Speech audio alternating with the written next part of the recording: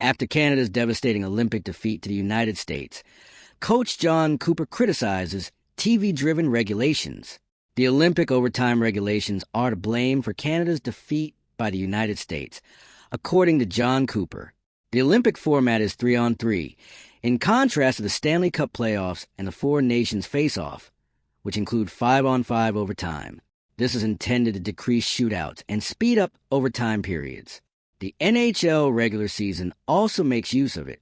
Cooper stated, as reported by the Hockey News, hockey is no longer hockey when 4 players are taken off the ice. Shootouts and overtime are used for a reason. They're used to end games quickly because they are all TV-driven. It isn't in the Stanley Cup final or the playoffs for a reason. In overtime, using the 5-on-5 rules, Canada defeated the United States in the Four Nations face-off. Last year, Connor McDavid scored the game-winning goal after a defensive blunder. However, Canada was on a losing side of an overtime victory in Milan on Sunday. In a 2-1 victory, Jack Hughes of the United States slid one home to award the gold medal to the Americans.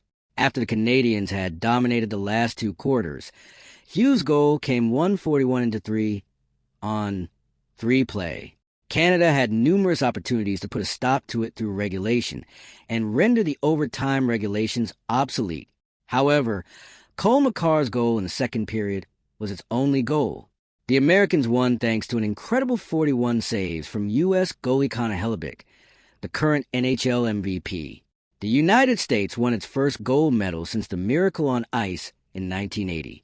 It was led there by the Hughes brothers and Hellebuyck. Quinn Hughes topped All-Americans with 8 points, followed by Jack, who had 4 goals and 3 assists in the event. Quinn had the highest total of any tournament defenseman.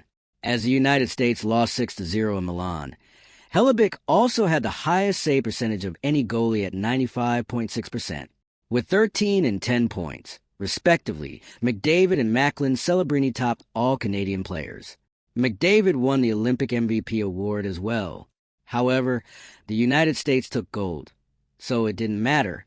The Americans moved up to second place in gold medals thanks to their 2 hockey golds, the first of which came from the women's overtime thriller.